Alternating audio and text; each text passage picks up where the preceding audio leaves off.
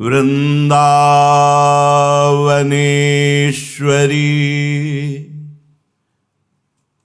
तवैव पदारविन्दम्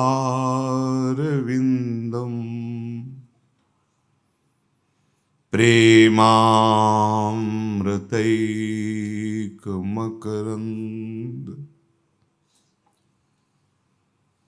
रसौघपूर्णम्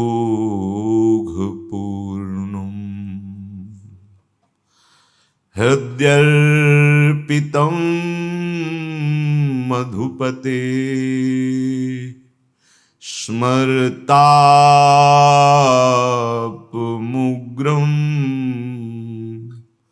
निर्वापय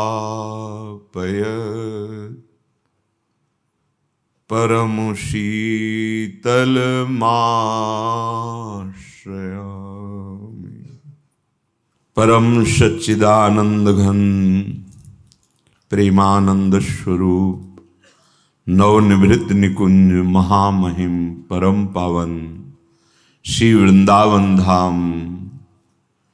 वृंदावन धाम के लाडिले युगल चंद्र प्राणाराध्य श्री श्यामा श्याम समस्त हित परिकर निज परिकर उपास्य देव और मन, इनमें तन्मया स्थिति होनी चाहिए। उपास्य देव के संबंध से ही मन की एक एक वृत्ति उठनी चाहिए। उपासक के जहां तन्मया स्थिति होती है वहां एक क्षण के लिए भी हटते नहीं हैं। फिर ये जो आनंद समुद्र का उफान है, आनंद की विलसन है, उसी में दिव्य लीलाओं का रसास्वाद उस उपासक को होता है जिसका अस्तित्व मिट गया है। अस्तित्व श्यामा श्याम में लय हो गया है, श्यामा श्याम मैं हो गया है। ऐसी अद्भुत सुख वृत्ति वैराग्य में होती है कि वैराग्यवान ही जानता है। वो ब्रह्मलोक तक के भोगों में सुख नहीं है जो एक वैराग्यवान, सुदृढ़ वैराग्यवान के हृदय में सुख और शांति का उदय होता है। और उस वैराग्यवान से भी सहस्त्रों गुना सुख उस अनुरागी के हृदय में होता है जिसको न परमार्थ की न व्यवहार की कोई परवाह वृत्ति नहीं रह गई। परमार्थ व्यवहार बनो कि ना बनो, बस एकमात्र प्रिया प्रीतम श्यामा श्याम। फिर ये भेद नहीं रह जाता। भेद शरीर भाव को लेकर के है। वही तत्व है जो जीव है, वही परमात्म तत्व है। वो परमात्म स्वरूप चिदानंद में स्वरूप था, है, रहेगा। जहां उसका अनुभव हुआ तो आचार्य शरणागत होने के कारण उस स्वरूप का अब भावदेह निर्माण होता है। किशोरी मात्मानम किमि सुकुमारी नुकले। वो उपासक अपने को एक नवीन किशोरी के रूप में देखता है।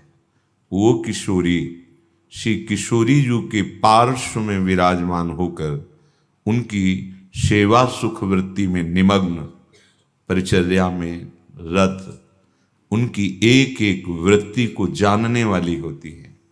श्यामा श्याम की एक एक वृत्ति को जानने वाली श्रीपाद देख रहे हैं और कह रहे हैं, इति वृंदावन कुंजे राधा मंके निधाय धृत चिबुकः प्रणयोक्ति जनित हास्यम पश्यन्नास्यं हरिमम स्फुरतु। आज एक लीला देख रहे हैं श्रीपाद। श्री वृंदावन की नवीन कुंज में युगल सरकार नवीन सैया पे विराजमान हैं। किसी कारण को लेकर प्रणय कोप में सी लाडली जो है, प्रेम में भ्रकुटी वक्र हुई तो लालजू चिबुक प्रलो रहे हैं। और सखियां सब देख रही कैसा अद्भुत आनंद वो प्रणय में है और ये प्रेमाशक्त होकर चिबुक प्रलो रहे। मनो श्रीपाद ने महाप्रभु के इस 7वें पद का जो भाव है वो इस श्लोक में प्रकट किया है। आजु निकुंज मंजू में खेलत, नवल किशोर नवीन किशोरी, अति अनुपम अनुराग परस्पर, सुन अभूत भूतल पर जोरी। आजु निकुंज मंजू में खेलत, नवल किशोर नवीन किशोरी, विद्रुम फटिक विविध निर्मित धर, नव कर्पूर पराग नथोरी, कोमल किसलय शयन सुपेशल,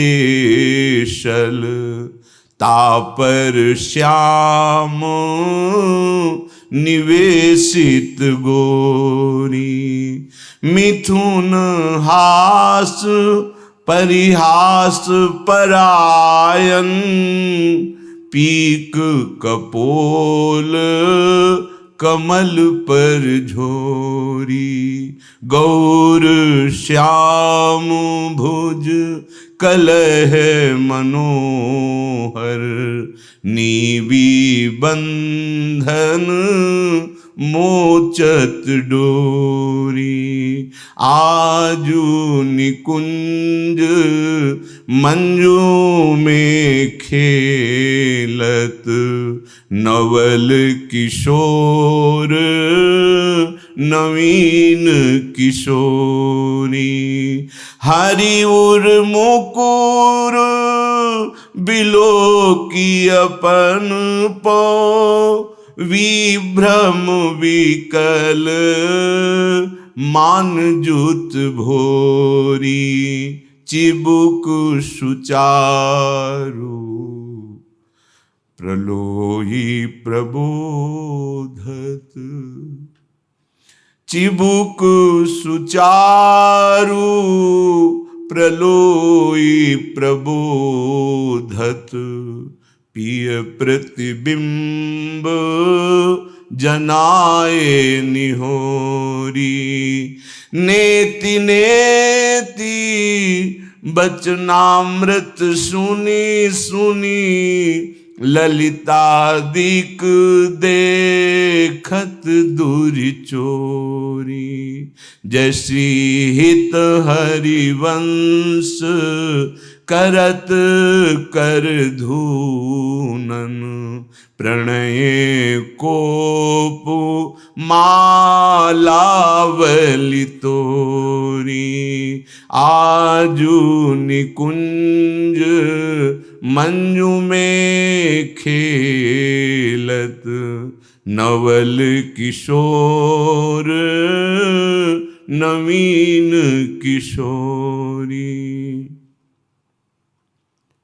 इस भाव राज्य में प्रवेश पाने के लिए उपासक को सबसे पहले अपना भाव इतना विशाल कर लेना चाहिए, प्रगट भाव सेवा प्रगट, यह सुधर्म पहचान, धामी धाम समाज अली, अगम सुगम भय आन।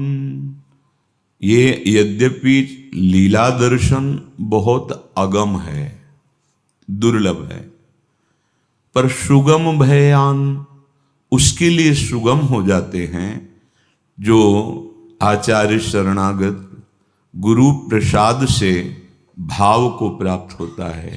प्रगट भाव यही वृंदावन धाम है, ये दृढ़ भाव है, इसी में हमारे श्यामा श्याम खेल रहे हैं।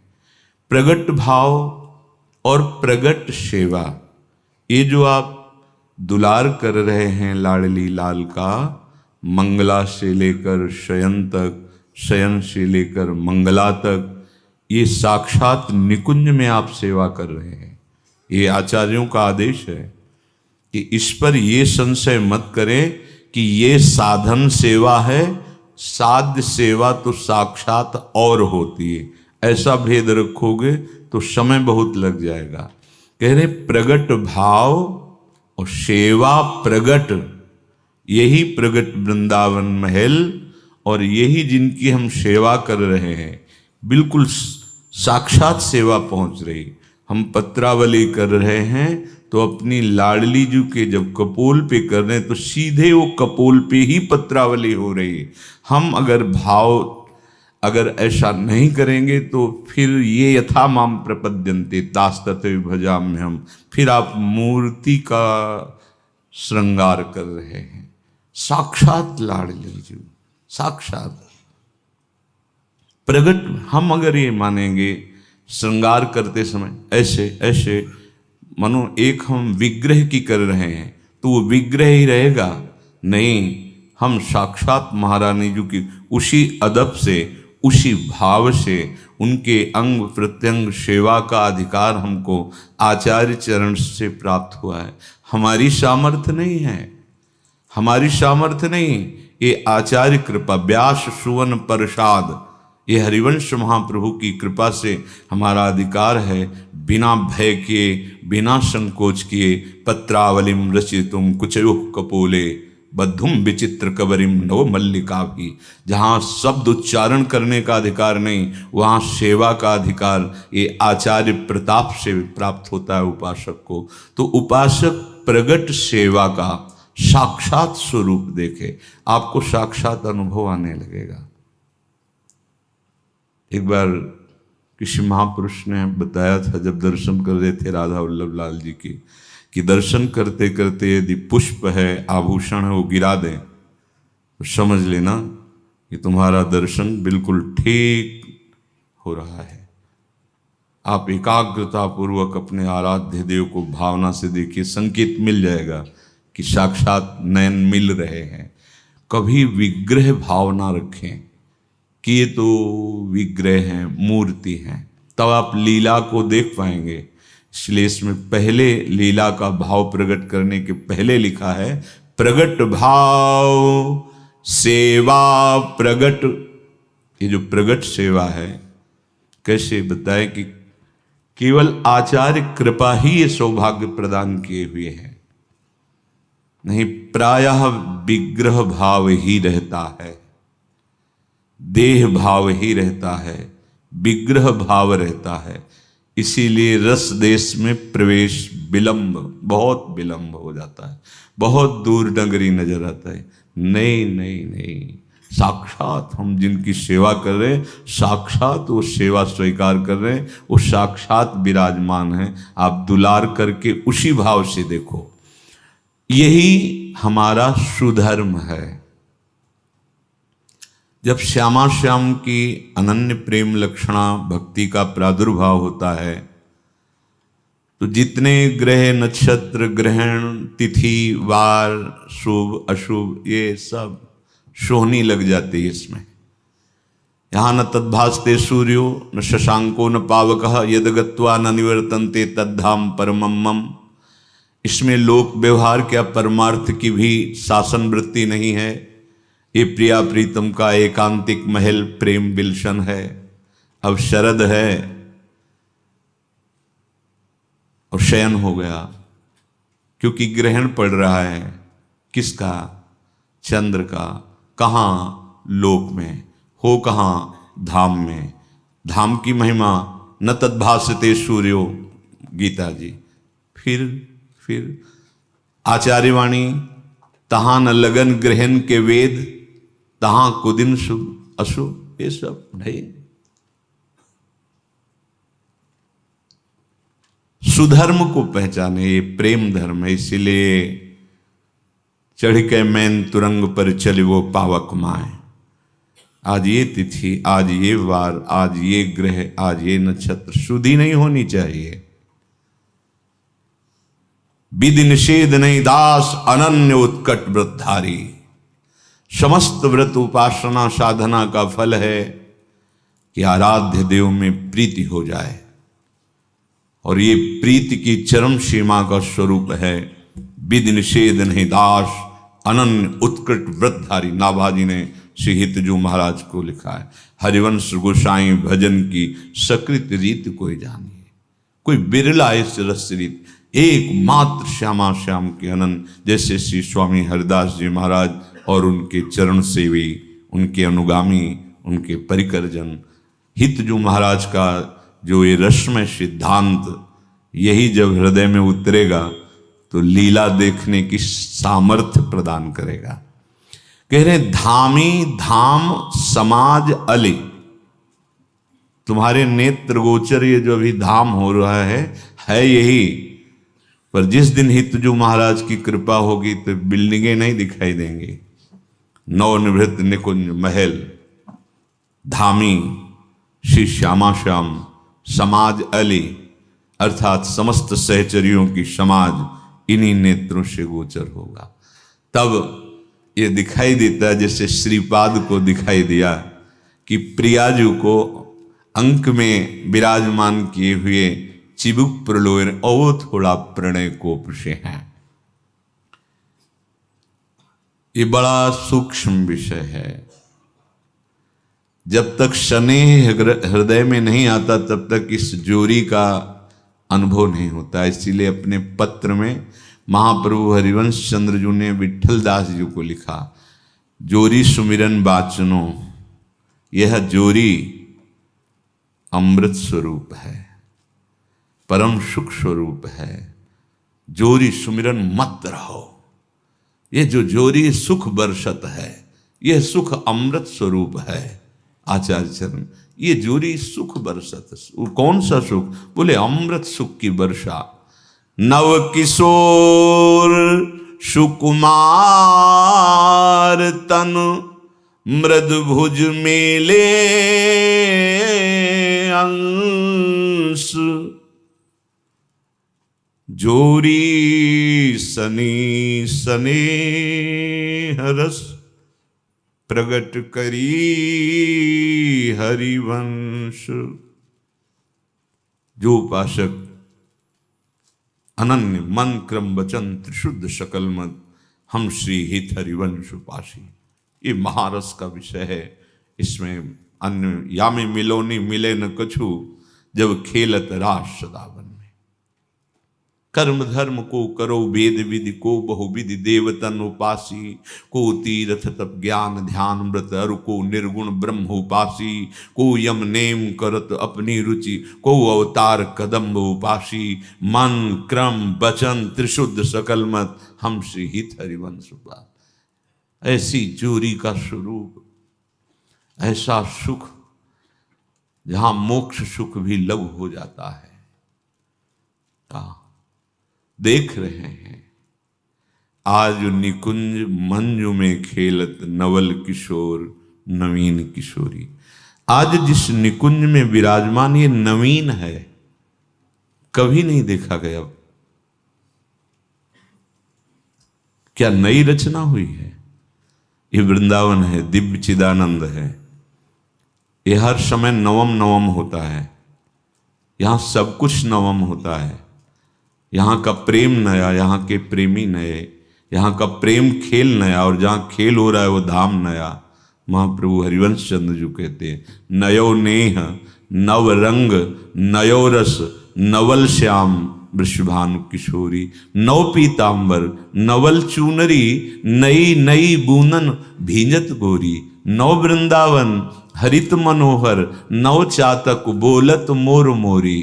आज मोर भी नवीन है, मोरी भी नवीन है, उनका बोलना भी नवीन है, मेघ भी नवीन है, उनकी जो छोटी छोटी बूंदें वो भी नवीन हैं, वृंदावन की आज हरियाली भी नवीन है, कुंज निकुंजे भी नवीन है, आज सरकार का सब कुछ नवीन है। नवभूषण नवीन आभूषण धारण, तो प्रतिपल नवीन, नवम नवम हमारे स्वामी का वैभव नवम नवम। आज निकुंज में, कुंज निकुंजे ब्रज विलास में भी हैं, जैसे ब्रजेंद्र नंदन वृषभानुनंदिनी के रूप में हमारे युगल सरकार कुछ समय के लिए द्वापर युग में पधारे, तो फिर पूरा परिकर पधारा, अष्ट सखियां पधारी, पूरा कुंज निकुंजे पधारी अपने अंश के रूप में, और वो लीला विलसन हुई, अधिकार के अनुसार दर्शन कराया।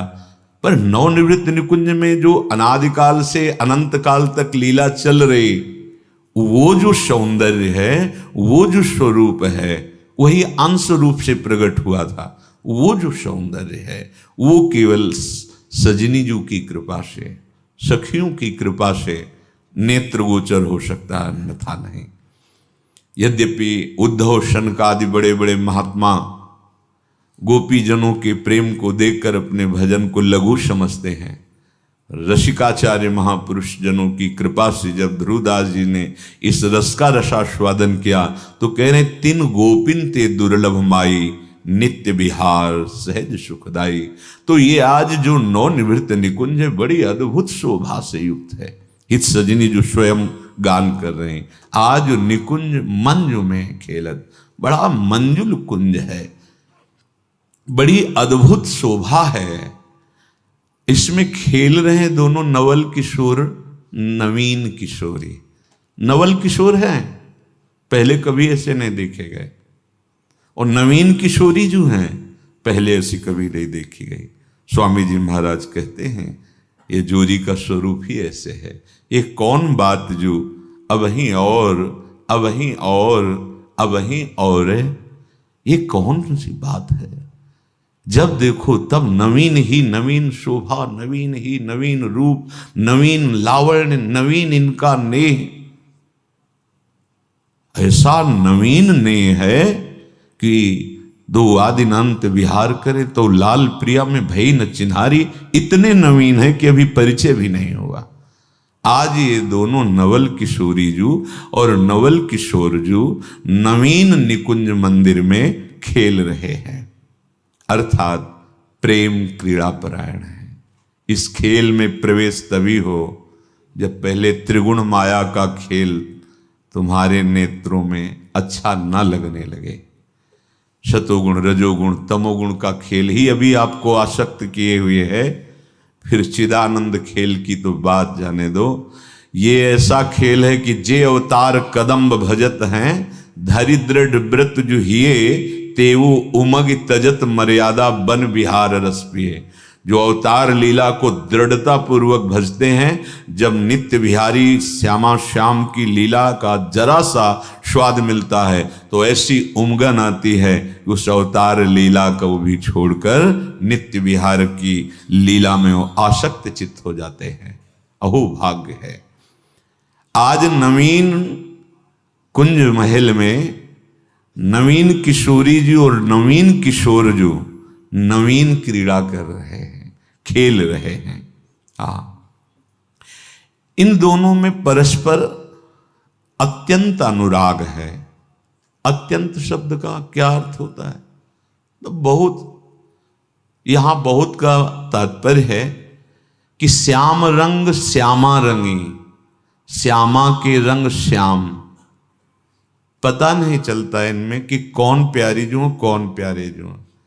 कभी कभी प्यारी जो पुकार उठती है, हा प्यारी जो, हा श्यामा जो, कभी प्यारे जो पुकार उठते हैं, हा लाडिले, हा श्याम सुंदर, तो सखियों को लगता है कि कौन है इनमें, प्यारी कौन है, प्यारे कौन है, क्योंकि प्यारी प्यारे के रंग में, प्यारे प्यारी के रंग में, और रंग में रंगते रंगते दोनों बेशुद्ध हैं। तो कभी प्यारे के भाव में प्यारी जी पुकारने लगती, हा राधे तुम कहाँ हो, हा श्यामा, ऐसे। ये बड़ा अद्भुत गाढ़ प्रेम रस। बोले कि इन दोनों के परस्पर प्रेम को कहीं किसी भी धाम में, कहीं धामी में नहीं देखा गया जैसा प्रेम यहाँ प्यारी जो और प्यारे जो का है। जिनको परिचय नहीं है वो अवतार लीला को लेकर टीका टिप्पणी करते हैं कि भगवान का राधा जी से कब ब्याह हुआ, कहाँ हुआ। ऐसा भी है ब्रह्मवैवर्त पुराण में ब्रह्मा जी ने श्री लाडली लाल का स्वयं ब्याह, उस समय वो पुरोहित बने ब्रह्मा जी और उनका ब्याह हुआ, बड़ा सुंदर वर्णन है। पर वो सब बाहर की बातें हैं। ये नवनिवृत्त निकुंज में इन सब बातों को कोई महत्व ही नहीं है। ये तो युगल लाडिले, हाँ श्याम रंग श्यामा रंगी श्यामा के रंग, यहाँ ये सब लोक व्यवहार की बातचीतें बिल्कुल नहीं है। पर जिनको ज्ञान नहीं है इस भेद का तो वो आरोपित करते हैं कि ऐसा उनका ऐसा, वो ऐसे चर्चाएं कानों में नहीं सुननी चाहिए। अनन्य प्रेमी रसिकों की बात सुननी चाहिए। भगवत रसिक रसिक की बातें रसिक बिना कुछ समझ सके ना, ये बाहरी नहीं समझ सकते। तो नवल किशोर श्री लाडली लालजू क्रीड़ा परायण हैं, प्रेम खेल खेले, अत्यंत अनुराग परस्पर है। इन दोनों में जो प्रेम देखा गया वो अन्यत्र कहीं नहीं है। ये जोड़ी भूतल पर हित सजनी के प्रदत्त नेत्रों से ही देखी जा सकती है, अन्यथा नहीं। सुन अभूत भूतल पर जोरी, क्योंकि भूतल पर अवतरित हुए अंश से लाडली लाल के रूप में तो विविध लीलाएं हैं। प्रभु गाय चराने जाते हैं, दिन भर वियोग में सखियों से गोपियों सहित ऐसे गुणगान करते हुए समय व्यतीत होता है। पर ये जोड़ी पलक झपकने के लिए भी अंतर नहीं पड़ता, पलक झपकने के, ये बड़ा अद्भुत प्रेम रस है। वो तो जब रसिक शेखर गुरुदेव के चरण रज का सेवन हो और उनके चरणों में बैठ करके उनके श्रीमुख से इसका रहस्य सुनने को मिले तब समझ में आता है। इन दोनों में अत्यंत अनुराग है और इन दोनों के परस्पर का प्रेम अन्यत्र उदाहरण में नहीं दिया जा सकता। सुन अभूत भूतल पर, अति अनुपम अनुराग परस्पर, सुन अभूत भूतल पर जोरी। ये भूतल वृंदावन का कैसा है? विद्रुम फटिक विविध निर्मित धर, नव कर्पूर पराग नथोरी। ऐसी अद्भुत शोभा है। वैसे हेममयी भूमि है, स्वर्णिम, पर आज ऐसी ऐसी मूंगे की मणियों से, स्फटिक मणियों से जिस निकुंज में प्यारे जो विराजमान है, श्रृंगार किया गया है कि मणियों की आभा श्वेत प्रकट हो रही है। विद्रुम फटिक विविध निर्मित, विविध मणियों से, स्फटिक मणि से उस भूमि का वृंदा सखी ने ऐसा सृजन किया है कि गौर आभा प्रकट हो रही है और ऊपर से कर्पूर पीस करके बिखेरा गया है। उसके ऊपर पराग की धूल, पिसा हुआ पराग जो कहीं कण चुभे ना लाडली लाल के सुकुमार चरणों में, ऐसा बिछा हुआ है और सौरभ का छिड़काव हुआ है। वो सौरभ घ्राणेन्द्री में जाकर प्रेमोन्माद पैदा करता है। विद्रुम फटिक विविध निर्मित धर, नव कर्पूर पराग नथोरी। ऐसी भूमि में सुंदर सैया की रचना की गई। कोमल किसलय शयन सुपेशल। आज सुंदर सुंदर नवीन वृंदावन की जो कोप निकलती, नवीन कोमल पत्ते, एकदम अभी नवीन, बिल्कुल सुकुमार, उनकी गादी बना करके सैया बनाई गई है और उस कोमल किसलय शयन सुपेशल, और उस पर हमारे प्राणाराध्य युगल सरकार दोनों विराजमान हुए।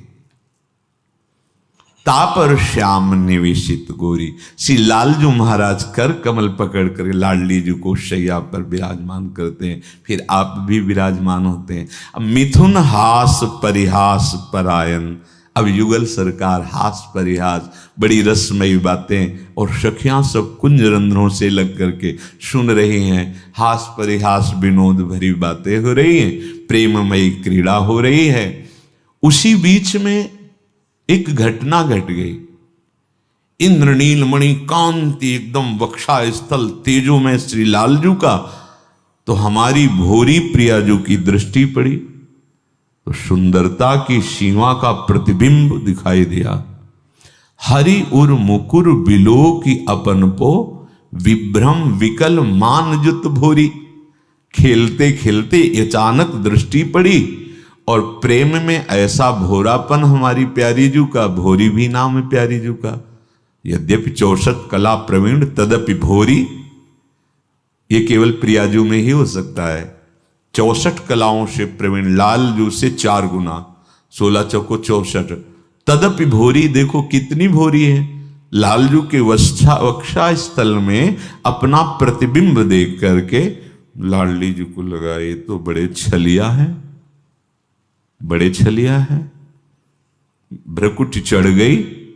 हरि उर मुकुर बिलो की अपन पो, विभ्रम विकल मान जुत भोरी।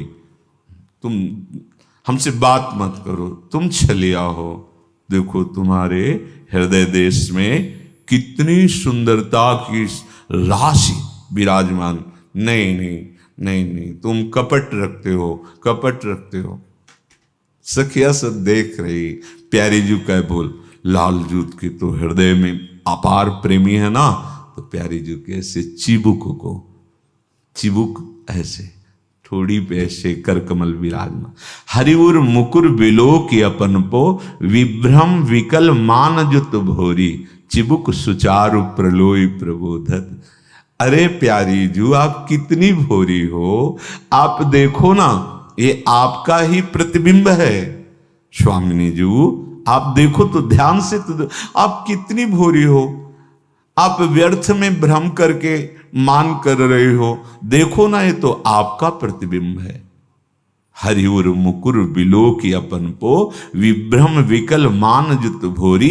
तो चिबुक सुचारु प्रलोई प्रबोधत, पी प्रतिबिंब जनाय निहोरी। निहोरा करके कि प्यारी जी ये आपका ही प्रतिबिंब है। तो श्री जी कहती नेति नेति वचनाम, नहीं नहीं, अब हमें पक्का पता चल गया है कि आप छल करते हो, आप कपट करते हो। इस लीला में लालजू विवश दिखाई देते हैं। इतनी भोरी प्रियाजू है कि समझाने का पूरा प्रयास करते हैं, पर प्रियाजू ये सुख है, महासुख है। ये प्रेमी जनों के नेत्र गोचर जब होते हैं, 7 दिन 7 रात्रि इसी में समाधिस्थ रहे थे श्री नागरीदास जी। वे मृद चिबुक प्रलोई प्रबोधत, तू भामिन करशो कर टारत। केवल इन 2 पंक्तियों में न खाना न पीना न नेत्र खुल, 7 दिन 7 रात्रि अपार सुख में श्री नागरीदास जी महाराज। वे मृद चिबुक प्रलोई प्रबोधत, तू भामिन कर। नहीं नहीं, अब हमें पता चल गया आप छलिया हो, आप छल कर रहे हो।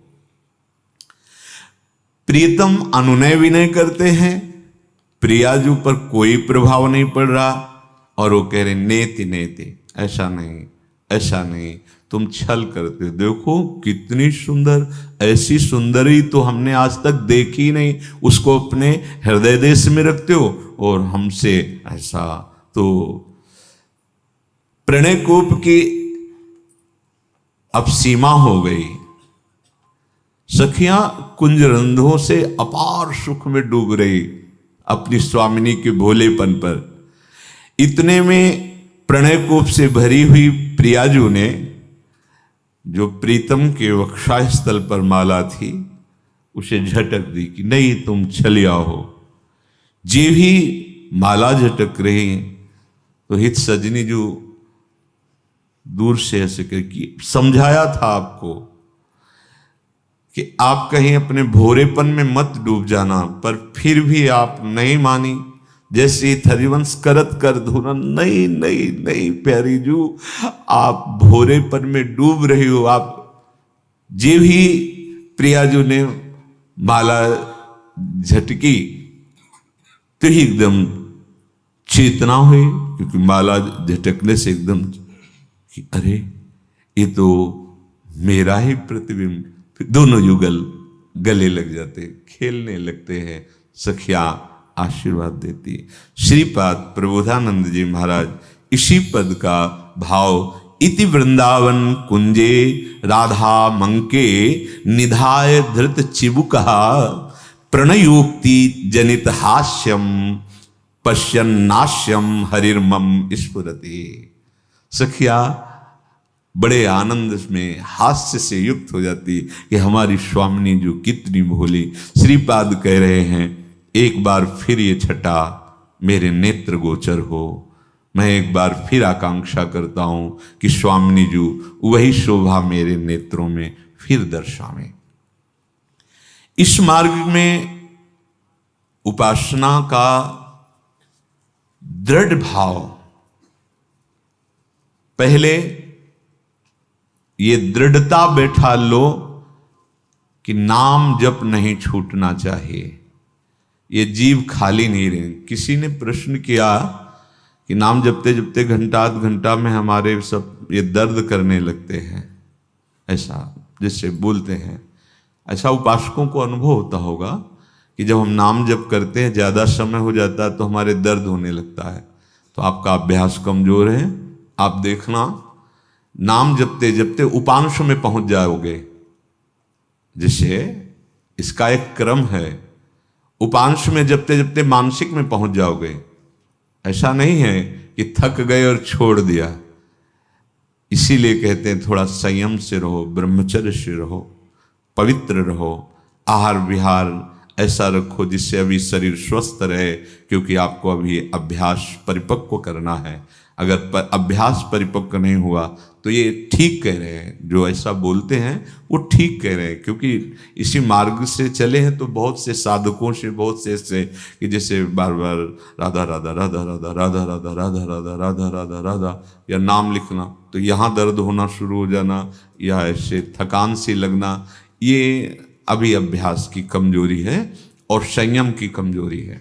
जैसे आप राधा नाम का ध्यान कर रहे हैं तो संयम ठीक ना होने पर आज्ञा चक्र पर आपके दर्द शुरू हो जाएगा, यहाँ बोझा लगने लगेगा, नहीं बन पाएगा। अगर संयम सही तो वहीं आनंद की धारा स्फुरित होने लगेगी।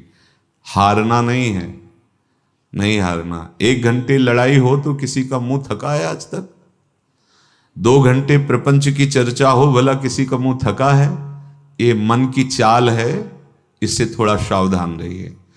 तो सदा श्यामा श्याम के नाम का नशा पड़ जाए जपने का, ये होता है, आगे चल के होता है, प्रारंभ में नहीं। प्रारंभ में तो बहुत ही विघ्न सताते हैं, प्रतिकूलता आ जाती है, मन बड़ा परेशान करता है, विषय आकर्षण बहुत जोर का होने लगता है, ऐसा लगता है। क्योंकि वो निकलता है तो लगता है आकर्षण जोर का हो रहा है।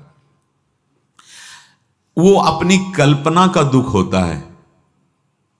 अनुभवी महापुरुषों के वचन है, वो अपनी कल्पना का दुख होता है। किसी भी प्राणी, पदार्थ, परिस्थिति में जब सुख की तुम आशा करते हो तो तुम्हें कोई दुख नहीं लगता। जैसे आपको किसी से मिलने जाना है और कोई सुख का केंद्र है, किसी भी इंद्रिय के सुख का, अब बीच की कितनी कठिनता है वो आपको दिखाई नहीं देगी। लक्ष्य में पहुंचने में आपको कोई दुख नहीं, कोई परिस्थिति नहीं रोक पाएगी, कुछ नहीं। क्योंकि आपकी सुख की आशा भोगों में है और सुन सुना के भजन शुरू किया है, इसलिए आपको लगता है कि भजन करने में बड़ी कठिनता है। जिस दिन भजन में सुख की आशा हो गई, उस दिन भजन छोड़ना कठिन पड़ जाएगा। सच्ची बात समझ लो। ये कल्पनात्मक दुख आपको लगता है, जो भजन में दुख होता है, ये कल्पनात्मक होता है, क्योंकि आपने सुख की आशा शरीर में और भोगों में व्यक्ति परिस्थिति में रख रखी है, इसलिए आपको भजन मार्ग में दुख नहीं। भजन मार्ग दुख मिटाने वाला है, आनंद प्रदान करने वाला है। जब तुम किसी व्यक्ति को, बहुत ध्यान से सुनना, किसी वस्तु को, किसी परिस्थिति को अपने अनुकूल बनाने की चेष्टा करोगे तो तुम्हें भजन में अश्रद्धा और दुख अनुभव होने लगेगा। पकड़ो इस बात को। तुम्हारे भजन में विक्षेप और दुखद भावना तब आएगी जब किसी वस्तु को, किसी व्यक्ति को, किसी परिस्थिति को सुख की लालसा से अनुकूल बनाने की चेष्टा कर रहे हो, तो इधर भाव बिगड़ जाएगा भजन का, उसमें फिर दुखद भावना आ जाएगी, विपरीत भावना आ जाएगी।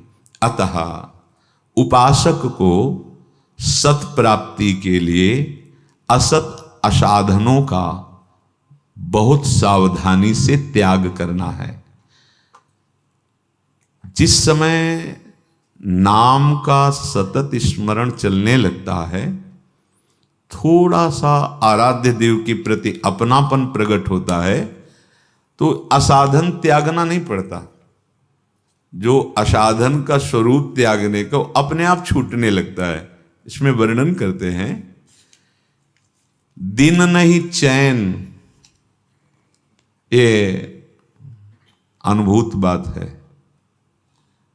दिन नहीं चैन, रैन नहीं निद्रा, भूख प्यास का भान नहीं, हिय में जलती आग अमित, पर उसका भी कुछ ज्ञान नहीं, रोती आंखें नित्य, बरसता रहता नित्य नेह का मेह। ये समझो, आप भगवत पार्षद हैं। रोती आंखें नित्य, बरसता रहता नित्य नेह का मेह, अब और कोई याद नहीं और कोई फरियाद नहीं। कैसी स्थिति महामहिमा में, और कोई याद नहीं, फरियाद नहीं, बस तेज उज्ज्वलित जर्जर दे, तेज उज्ज्वल अध्यात्म तेज से भरपूर हृदय और शरीर जर्जरित दे। ये नाम की महिमा प्रकाशित होती, नाम की, जो हम छोड़ने के लिए बहुत प्रयास करते हैं, छूटता नहीं। तो सुनो, परत मन छीनने कहूं नहीं चैन। ऐसी पकड़ मन की हो जाती है। हम प्रणाम करते हैं मन को, एक तरफ इसकी निंदा करते हैं, जब ये भगवत विमुख होकर विषयों को पकड़ लेता है तो छोड़ाए नहीं छोड़ता, और एक तरफ इसको वंदना करते हैं, प्रणाम करते हैं कि जब नाम को पकड़ लेता है तो ये बहुत चतुराई से नाम जपता है, कोई इसको छुड़ा भी नहीं सकता। इसीलिए बहुत काम का है मन, इसको फुसला के, डांट के, जैसे बने इसे अपने पक्ष में लाओ, इसको नाम जप में लगाओ, फिर आगे चलकर इसका कमाल देखोगे। ये तुम्हें कितना सुखी करता है, कितना सहयोग प्रदान करता है। परत मन छीनने कहूं नहीं चैन, व्याकुल व्यथित चित्त दिन बीतत, परत नींद नहीं रैन, परत मन छीनने कहूं नहीं चैन। कैसे इस स्थिति को बतावें? बस इतना समझ लो, उसके हृदय में एक ऐसी वेदना पैदा होती है, बस कोई भी सेकेंड अब खाली नहीं जाएगा। उस जब सहज भाषा में बोलेंगे तो मरना निश्चित है, उसके पहले ही हमें प्रिया प्रीतम से मिलना भी निश्चित है, और मिलन का सब संयोग बनाता है नाम भजन। इसलिए अब मैं भजन नहीं छोड़ सकता। हर क्षण बात कर रहे हैं तो तुम्हारे मुख पर नाम लिखा हुआ है, जिधर देखें उधर नाम लिखा हुआ है, नाम को देखते हुए बात कर रहे हैं। मन में बड़ी सामर्थ्य है।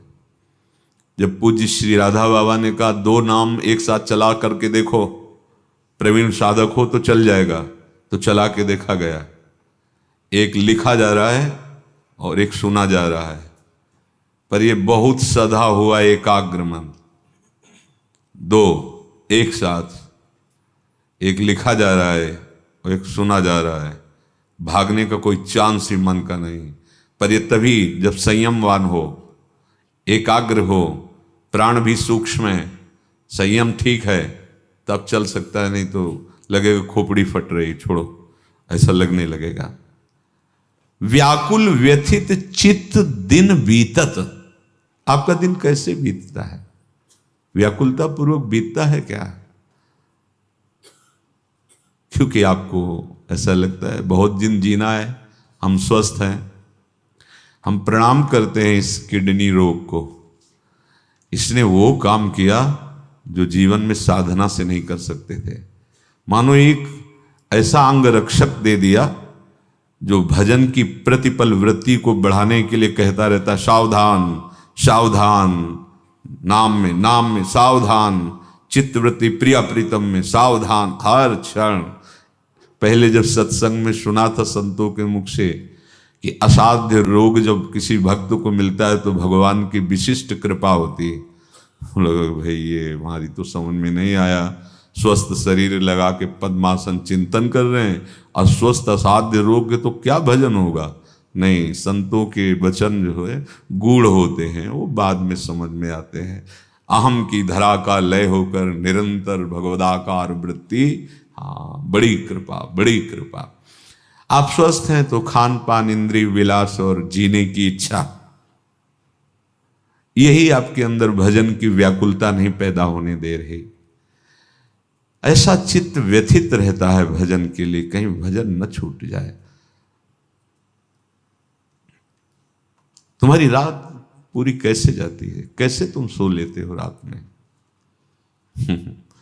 अखियां रूप के रंग भरी, निरख स्वरूप कुंवरी राधे को सोई ना तो जगी, न सोई ना जगी। अरे बढ़ो, आगे बढ़ो। केवल नींद में 6-6 घंटे, 8-8 घंटे व्यतीत कर देना बहुत घाटे का सौदा हो रहा है। कम से काम चलाओ, ज्यादा माल इकट्ठा करो।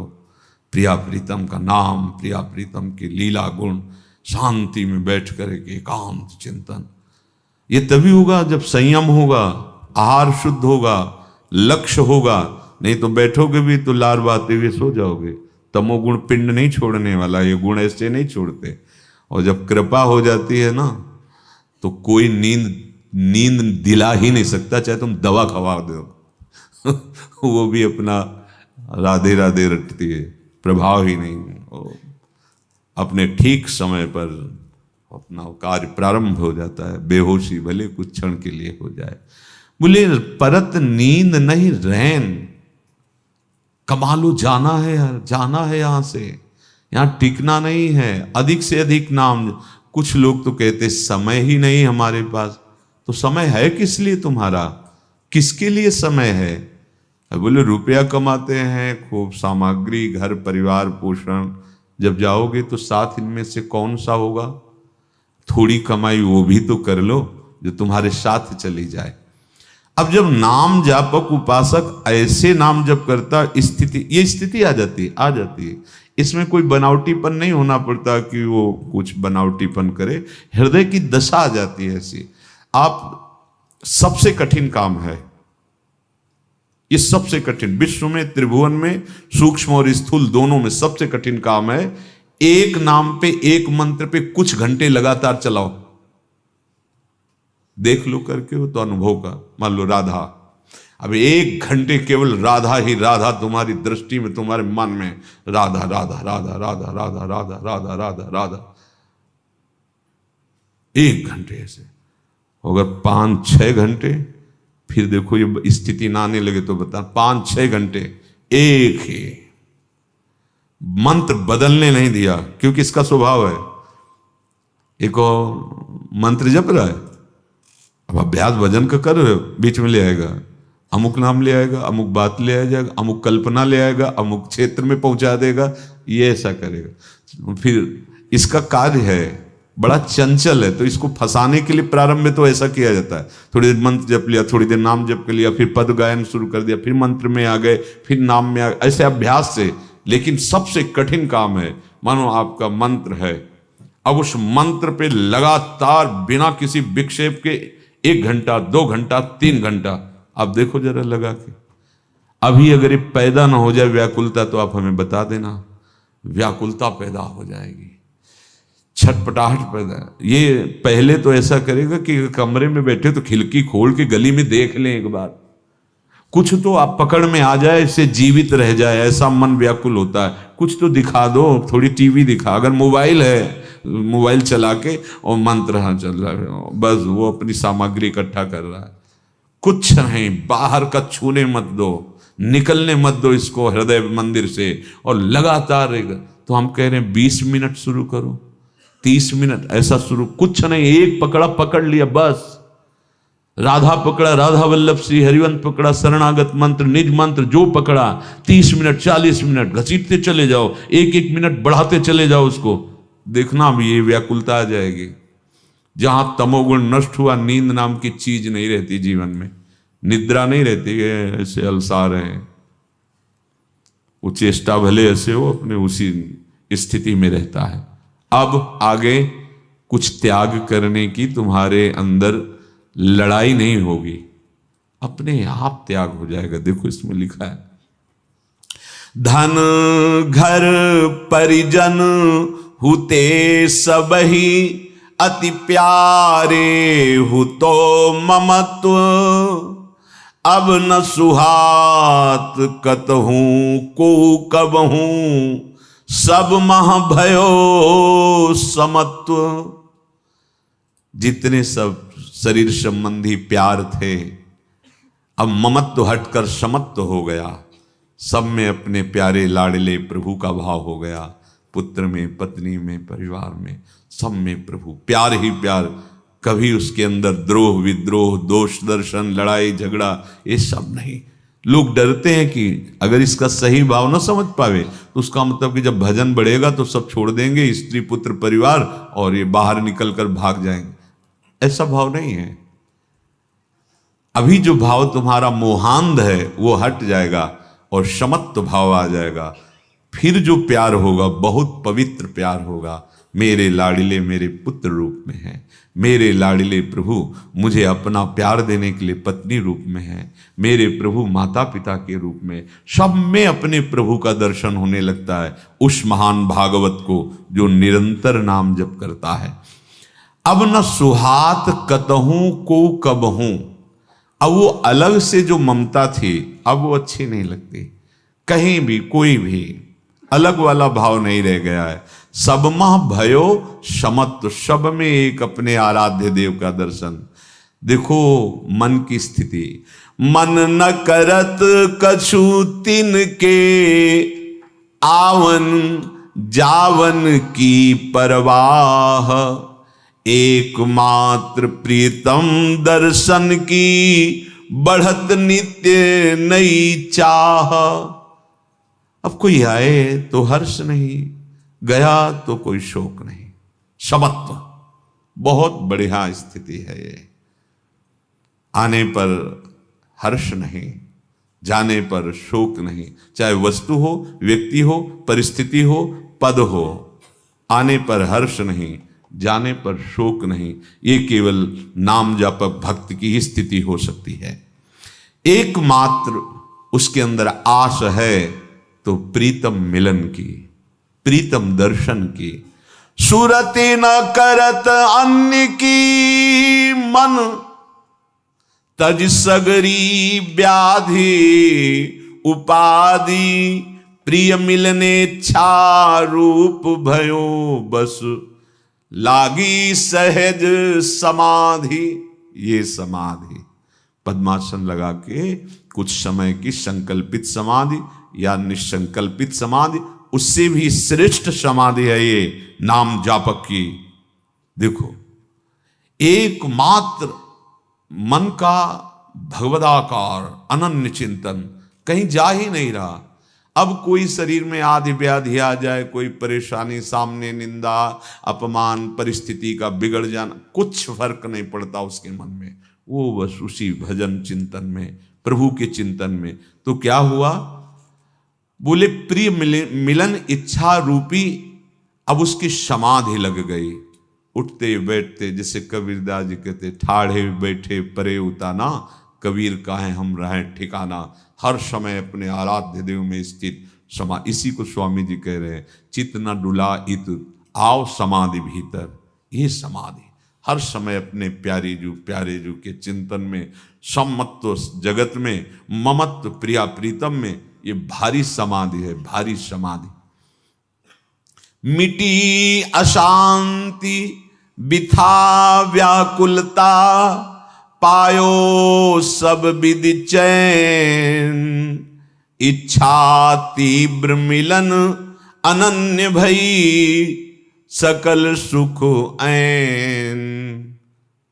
अब न कोई चिंता रह गया, न कोई दुख रह गया, अब न कोई व्याकुलता रह गई, सब विधि से चैन मिल गई, जिसे गोस्वामी जी कह रहे हैं, जाकी कृपा लवलेस ते, मतिमंद तुलसी दास हूँ, पायो परम विश्राम, राम समान प्रभु नाही कहूँ सब विधि चैन। अब सब विधि से एक अद्भुत विश्राम, अद्भुत शांति। अब केवल एक ही तीव्र इच्छा वो बढ़ती रहती है, मिलन में अमिलन। मिलन में वो कभी प्रतिपल मिलते नजर आते हैं, कभी ऐसा लगता है कभी नहीं मिले हैं। इसी भाव में उपासक की तन्मयता प्रतिपल बढ़ती रहती है। तो उपासक की तो ये दशा होती, पर उपास्य देव की क्या दशा होती है उस उपासक के लिए? उपासक की तो ऐसी दशा है, तो उपास्य देव में कुछ फर्क पड़ रहा है उधर आराध्य देव में? बोले हाँ। प्रभु उद्धव जी से कहते हैं, जब भगवान के आंसू बह रहे हैं, इधर इनके आंसू बह रहे ना, उधर उनके आंसू बह रहे हैं, अरे कि आप इतना विकल क्यों है प्रभु? गोपी जन विकल है प्रभु। गोपी जन आपकी भक्त ही तो हैं, तो आपको इतना विकल क्यों होना? सुनो, जैसे उपासक अपना सर्वस्व प्रभु को मान लेता है, ऐसे प्रभु की स्थिति जैसे उपासक की, ऐसे आराध्य देव की स्थिति। वो कह रहे हैं, सहाया गुरवः शिष्या भुजिष्या बांधवाः स्त्रियः सत्यम बदामी। मैं सत्य कह रहा हूं। ये बात अर्जुन से कही, उद्धव अपने प्रियजनों से, मैं सत्य कह रहा हूं। ये जो प्रेमी जन है ना, इस कोटि के जो प्रेम करते हैं, जैसे गोपी जन, बोले ये मेरी सहायता करती है, सहायक है मेरी। भला अखिल कोटि ब्रह्मांडों को रचना करने में किसी की सहायता नहीं ली तो क्या? जब वो प्रेम में डूब रही हैं, तो ये प्रेम में डूब रहे हैं, तो इनके प्रेम में डूबने से वो बचा रहे हैं, उनके प्रेम डूबने से ये बच रहे हैं। ये प्रेमी का हृदय जानता है। एक आश मिलन की जैसे भक्त के हृदय में जीवित रखती, ऐसे प्रभु को विकल नहीं होने देती भक्त मिलन की आस। सहायका गुरवः, वो प्रभु को अपना गुरु मानता है तो प्रभु उसको अपना गुरु मानते हैं। स्वयं सहाया गुरवाह, भगवान कह रहे, समझो। ऐसा नहीं कि भक्त की दशा ऐसी होती है भगवान चैन से होते हैं। यही प्रेम का महाबल है। सहाया गुरवाह, वो हमारी गुरु हैं। शिष्या, वो हमारी शिष्य भी हैं। और जैसे प्रेम का रसास्वादन वो करते हैं, ऐसे उनके प्रेम का भोग्या रसास्वादन मैं करता हूं। बांधव, मेरे असली बांधव वही हैं। तुमसे सत्य कहता हूं, मेरे सारे संबंध उन्हीं से हैं। क्यों? क्योंकि उन्होंने सारे संबंध प्रभु से कर लिए। जो मेरे प्रति ऐसा भाव कर देता है तो मन महात्म्यम मत सपर्याम मत श्रद्धाम मन मनोगतान जानन्ति गोपिका पार्थ नान्य जानन्ति तत्वतः। मेरी महिमा को जैसे ऐसे गोपीजन, जैसे प्रेमी जन जानते हैं, ऐसा कोई नहीं जानता।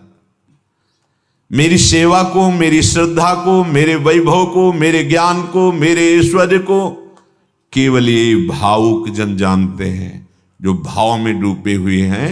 ये गोपी जन जानती हैं, दूसरा कोई भी नहीं जानता। मैं सत्य कहता हूं हे पार्थ, जो प्रभु में ऐसा समर्पित हो जाता है तो ठीक वैसे ही प्रभु उसको समर्पित हो जाते हैं।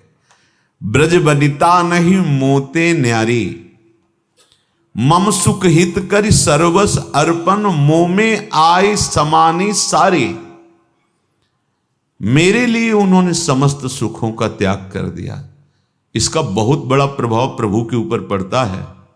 ध्यान देना, जब हम अपने किसी भी प्रिय सुख को, जिसे समझते हैं भोग सामग्री या शरीर या पद, भगवान कह रहे हैं ये त्यक्त लोक धर्माश्च मदर्थे तान विभर में हम, ता मन मनस्का मत प्राणा मदर्थे त्यक्त दहिका मामेव दयितम प्रेष्ठ मात्मानम मनसा गता।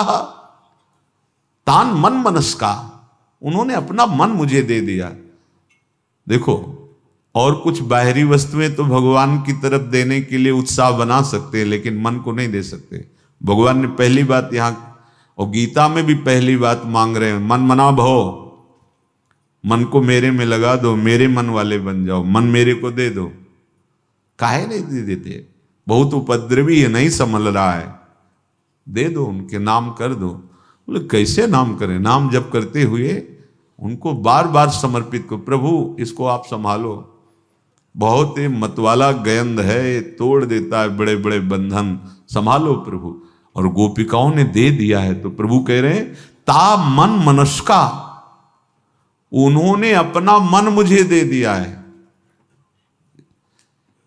जो गृहस्थ हैं डरते हैं कि अगर हम भजन करेंगे या ऐसा तो कहीं ऐसी स्थिति ना आ जाए कि काम धंधा छूट जाए, घर परिवार छूट जाए।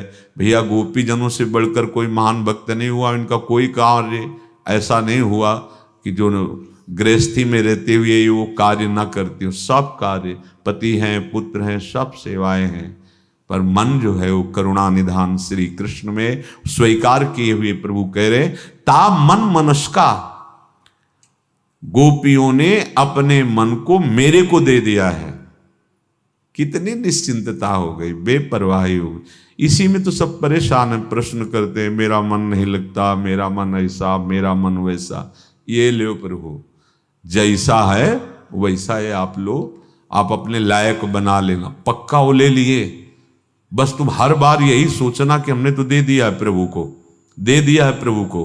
पक्का वो डोरी संभाल लेंगे, वो ऐसी संभाल लेंगे कि महात्मा बना देंगे, अंदर से महात्मा, बाहर से महात्मा की बात नहीं। डरना मत, नहीं तो हम बड़े प्रश्न आते हैं कि हमारे पति सत्संग सुनते हो बाबा जी न बन जाए, डर लगता है।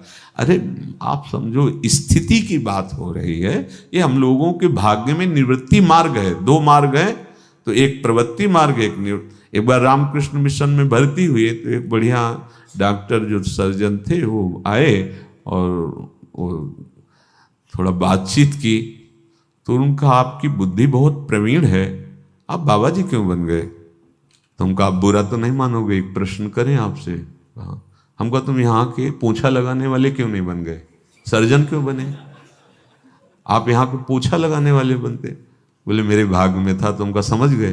बोले हम उत्तर मिल गया ये मेरे भाग्य में, ये हम लोगों का सौभाग्य पहले से निश्चित कर दिया गया आचार्य कृपा, गुरु कृपा से कि तुम निवृत्ति मार्ग में चलो। पर ऐसा नहीं है कि आप प्रवृत्ति मार्ग में हैं तो आपको जो निवृत्ति मार्ग का फल है वो आपको नहीं मिलेगा, ऐसा नहीं है।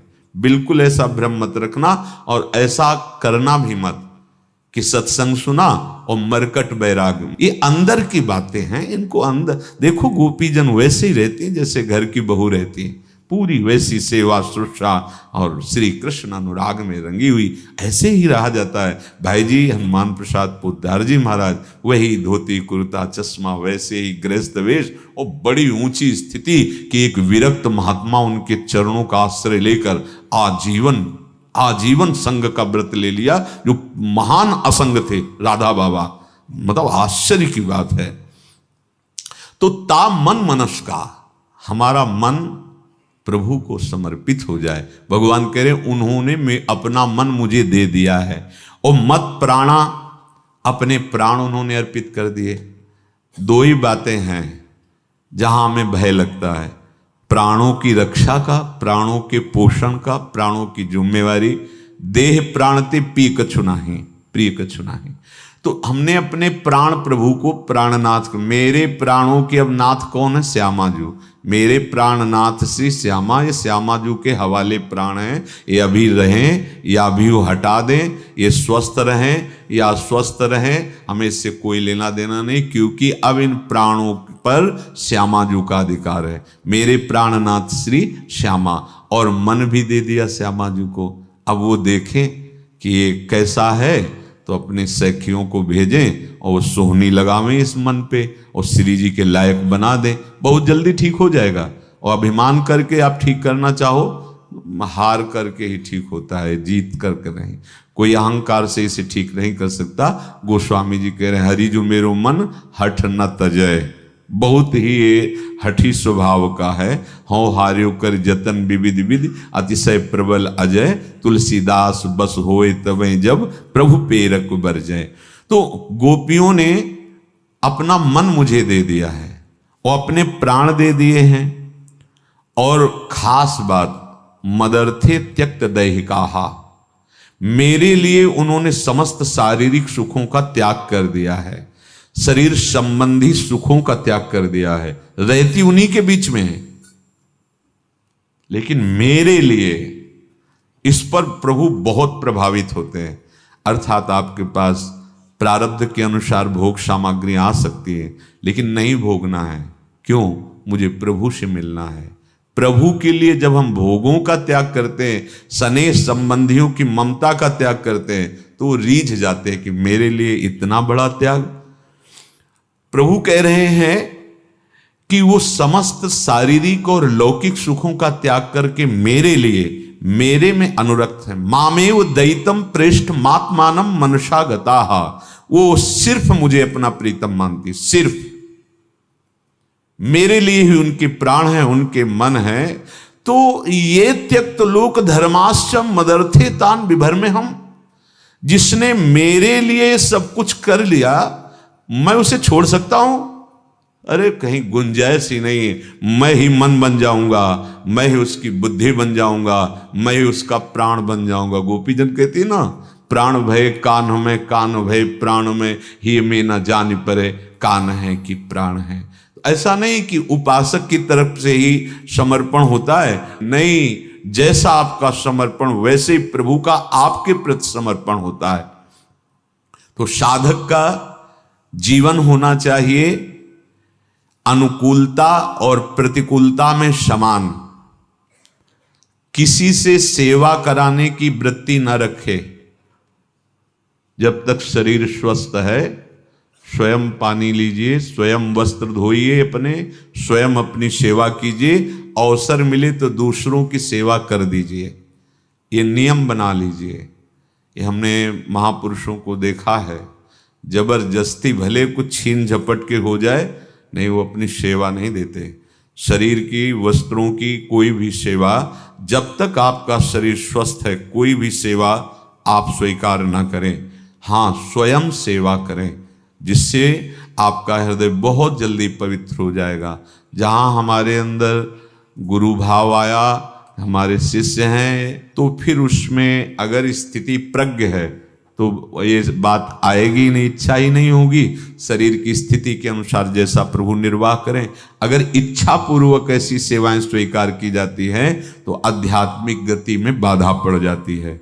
इसीलिए भगवत रसिक जी जब उनकी ऊंचाई की बातें पढ़ो तो कह रहे कि श्यामा श्याम हमारे गुरु और श्यामा श्याम ही हमारे शिष्य, उनके सिवा कोई नहीं है। बस अंदर अंदर की वृत्ति में सबसे बड़ी सेवा साधु के द्वारा समाज की होती है। उनको भूरिदा जना कहा गया है, बहुत बड़े दानी कहा गया है। क्या? वो संसार के मोह से, गंदे आचरणों से छुड़ाकर भगवान का परिचय करा देते हैं। ये सबसे बड़ी सेवा है, सबसे बड़ा जादू है, सबसे बड़ा चमत्कार साधु का क्या है? मलिन मन को, विषयी मन को, मलिनता आचरणों की, विषयों की प्रियता इससे हटा के प्रभु के मार्ग में चला देना। ये भारी चमत्कार, इससे बड़ी कोई सेवा नहीं, इससे बड़ा कोई चमत्कार नहीं। भोगों में सुख की आशा रखने वाला व्यक्ति कभी भी भोगों में सुख नहीं है, इसलिए वो सुखी नहीं हो सकता। इसलिए तुम उपासक हो, ये बात हृदय में बैठा लो कि भोगों में सुख नहीं है। जहां मनुष्य उपासना मार्ग में चलकर जगत से निकलना चाहता है तो समझ लो भगवान की असीम कृपा हो गई, अब सुख का प्रभात होने जा रहा है। जहां मनुष्य सत्संग सुनकर गंदे आचरणों से, मोह ममता की बेड़ियों से निकलना चाहता है अंदर से, तो समझ लेना चाहिए कि बहुत बड़ी भगवान की कृपा हो गई, अब सुख का प्रभात होने वाला है। अर्थात अब सुख रूपी भास्कर उदय होगा, जहां दुख रूपी अंधकार रह ही नहीं जाएगा। जानते हो हम दुखी क्यों होते हैं? क्योंकि हम संसार को मन में रख के संसार से सुख चाहते हैं, इसीलिए दुखी होते हैं। मन संसार से निकालकर सुख सिंधु भगवान में यदि जोड़ दीजिए तो तुम्हें दुख का अनुभव ही नहीं होगा। और अगर प्रभु से मन हट करके संसार के भोगों में सुख है तो कभी सुख का अनुभव नहीं हो सकता। आप देख लीजिए, देख लीजिए। नंबर 1 का धन है, देश विदेशों में सबसे आगे, फिर भी हृदय में जलन है कहीं दूसरे पे ना आ जाए और बढ़े। न जाने क्या क्या चिंताएं, न जाने क्या क्या जलन। बस सच्ची मान लो, अगर समझ आ गई तो निहाल हो जाओगे। संसार को मन में बसाकर भगवत विमुख होकर संसार के भोगों में तुम कभी सुखी नहीं हो सकते।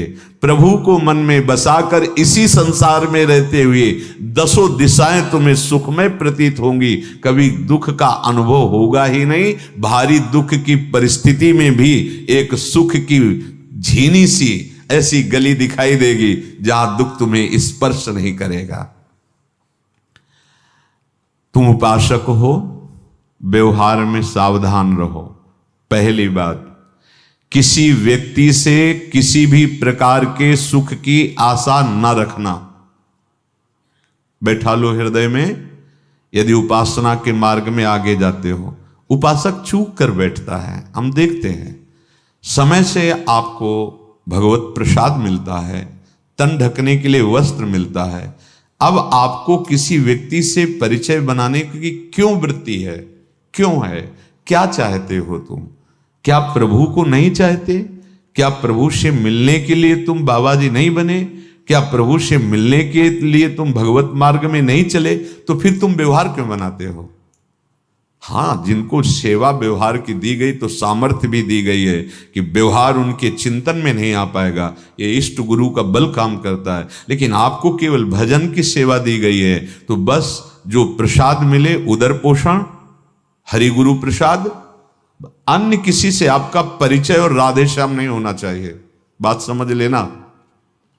अगर आगे बढ़ना है तो आपका पर्सनल कोई परिचय नहीं होना चाहिए, उसमें आप फंस जाओगे, आपका मार्ग रुक जाएगा। मान लीजिए हमारी प्रार्थना। पहली बात, कभी परिस्थिति, प्राणी, पदार्थ, भोग की आशा किसी व्यक्ति से नहीं रखनी। जथा लाभ संतोष सदा काहू से कछुन। आप लोगों के लिए तो इतना सौभाग्य कि किसी से संपर्क के लिए आपकी कोई गुंजाइश ही नहीं है। जिनको संपर्क के लिए रखा गया उनको श्री जी ने उतनी प्रवीणता और वो बल और उनके ऊपर दृष्टि है। आप लोगों को तो एकदम स्वच्छंद केवल भजन और श्री जी की सेवा के मार्ग में अग्रसर। पर कोई भी उपासक हो, चाहे गृहस्थ हो या विरक्त हो, अगर दूसरों से आशा रखता है तो भगवत शरणागति में कलंक है। दूसरी बात, हमें दूसरा हमारे साथ कैसा बर्ताव कर रहा है ये नहीं देखना है, हमें ऐसी परिस्थिति में भी उसके साथ कैसा बर्ताव करना है ये देखना है। हमारी चूक कहां होती है? जब हम उसके कर्तव्य को देखते हैं। अगर तुम्हें ऐसा लग रहा है कि उसका कर्तव्य ठीक नहीं है, वो हमारे साथ ऐसा बर्ताव कर रहा है, तो क्रिया पे मत टिको, तत्काल कारण पे पहुंचो तो शांत हो जाओगे। उस क्रिया का कर्ता कौन है, कारण कौन है? बोले आपका कर्म ही है। या अगर कर्म को नहीं मानते हो तो हर क्रिया का कारण भगवान। मतलब ये हमारे साथ जो बर्ताव हो रहा है ये हमारे किसी पाप का क्षय हो रहा है। ध्यान से। दूसरी बात उपासक की है कि वो सामने वाले के ऊपर आरोप न करे कि वो कैसा व्यवहार कर रहा है। उसे ये देखना है कि ऐसी परिस्थिति में हमारा कर्तव्य क्या है, हमारा उसके साथ कैसे व्यवहार होना चाहिए। तीसरा, अपने लिए न्यायपूर्वक विषय सेवन करो, जैसे जैसी आज्ञा है, धर्मपूर्वक। दूसरे के लिए सेवा का अवसर आवे तो अपनी चिंता छोड़कर उसकी सेवा कर दो। वो व्यवहार करो, वो बर्ताव करो, वो सेवा करो जिससे उसको सुख पहुंच जाए। फिर अपने भोजन की परवाह, अपने विश्राम की परवाह भी छोड़ दो। देखना कैसे आपको लाभ मिलता है। चौथा, अपने जीवन में किसी भी परिस्थिति में निराशा या विषाद को आने की जगह मत दीजिए। अब क्या होगा? बड़ा मंगल होगा, कोई हरि विधान रचे होंगे। नहीं, वो जो मंगल था हम समझ रहे थे वो तो हट गया, वो अब विषाद ही विषाद। नहीं भाई, मंगल भवन हर समय हमारे साथ हैं। कदम कदम पे जो आवश्यकता होगी वो पूर्ण होगी। मुझे भगवान पे विश्वास है, परिस्थिति या व्यक्ति पे नहीं। जीवन में निराशा ना आने पावे, विषाद ना आने पावे। तुम्हारा अपमान हो तो तुम विचार पूर्वक आनंदित होना, तुम्हारे पाप नष्ट हो रहे हैं। तुम्हारा सम्मान हो तो तुम सावधान रहना कहीं देहाभिमान पुष्ट ना हो जाए। पांचवी बात, अपने मन से अपने हित की बात प्रभु के ऊपर समर्पित कर दो और दूसरे की हित की बात सोचो। हाँ, सुख देवे को चावचित सब सो हित निष्काम, या सुधर्म हरिवंश को नाम गिरा विश्राम। निरंतर भगवत भरोसे में रहो, नाम जप करो, प्रसन्न रहो। हर उत्तम आध्यात्मिक स्थिति आपका वरण कर लेगी। निरंतर प्रसन्न रहो, भगवान के भरोसे में रहो, नाम जप करते रहो। हर अध्यात्म की ऊंचाई आपका वरण कर लेगी। शेष चर्चा आगे। श्री राधा वल्लभ लाल की।